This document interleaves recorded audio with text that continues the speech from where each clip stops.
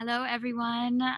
It is the Love Alchemist here reporting to you together. I'm Leah, I'm Rachel. and we wanted to talk to you about the topic of asking for support and Mhm. overcoming the feeling of being a burden.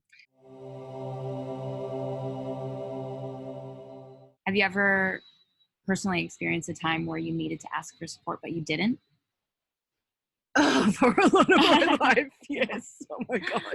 For so many years, I put everybody else before me, and I was just constantly giving and giving and giving and giving and giving, Mm, and never really recognized that, like, I'm important too. I have needs too. mm, Like, it wasn't even on my radar that I could wow. be supported. Yeah. It's only in the last really year that I've recognized that it's okay to ask for support. It's Mm, okay to, like, even on our last point, when other people are going through their own issues, I'm allowed to have a voice. I'm allowed to have my needs expressed. mm, They might not necessarily be met, yeah. but it's that expression of, like, this is what I need, and Mm, sharing. And I think when you're surrounded by the right peeps, when you're surrounded by people that genuinely care for you, I feel like there's more space to mm, to express mm. what you need. Sure. Um, Sure, because it's not always safe to express your needs, and that's probably where that mm, fear comes from. mm, Maybe at one point you expressed your needs and they weren't received in a safe space. yeah. And so from that there on out, it became this like, well, I better not say what I need anymore. Mhm, Um, so I think we get that for mhm. sure. Oh my God, Um, yeah. So much. but it doesn't mean your needs are not important. Yeah. And I like the differentiation you made of it may not necessarily mean that they're going to be met, Mm, but they are worthy of expression for mhm. sure.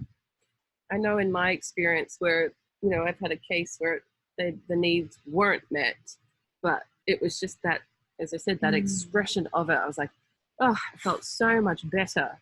So it's like, letting go the outcome and letting go uh, expectation of what it should look like, mm. and just allow what your soul needs to share as the bells are dinging.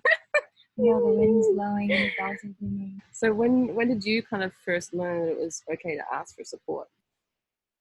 I think I was a late bloomer Mhm, when it came to that lesson. I learned probably a couple of years ago mhm, when I was going through a divorce and feeling like really embarrassed and ashamed, but also so raw and vulnerable. And I just needed to be held and listened to. Um, and I remember one instance particularly, I was meeting a few people for the first time, doing like an interview, and everybody shared how they were and mhm, were very like vulnerable and open about it. And it just gave me this like light bulb in my mind of like, oh, you can share what you need, mhm, even if everyone else here needs things too. Like mhm, that's what this space is for, mm, is this space of life, is to connect with each other through our authentic vulnerability, mm, and to not try to say like, oh, my name's Leah and I'm doing great and I'm, everything in my life is perfect. It's um I called BS. yeah, bullshit. um to be able to say like in that Mm, moment yeah. that like I'm going through the toughest time in my life and I Mm, really could use community and support, mm, and to have that be received in a compassionate way was like, oh, now I know that I can ask for support. mm. And yeah, I just want to give a shout out to Tess, who is the one that showed me what support looks like and that it's okay to ask for it. Yeah. And I think also in, like, showing up in that way, in your vulnerability and asking for what you need, it almost creates this gateway for the other person to show up in their truth and their vulnerability and their needs as well. Mm, Um, Absolutely. mm. Yeah.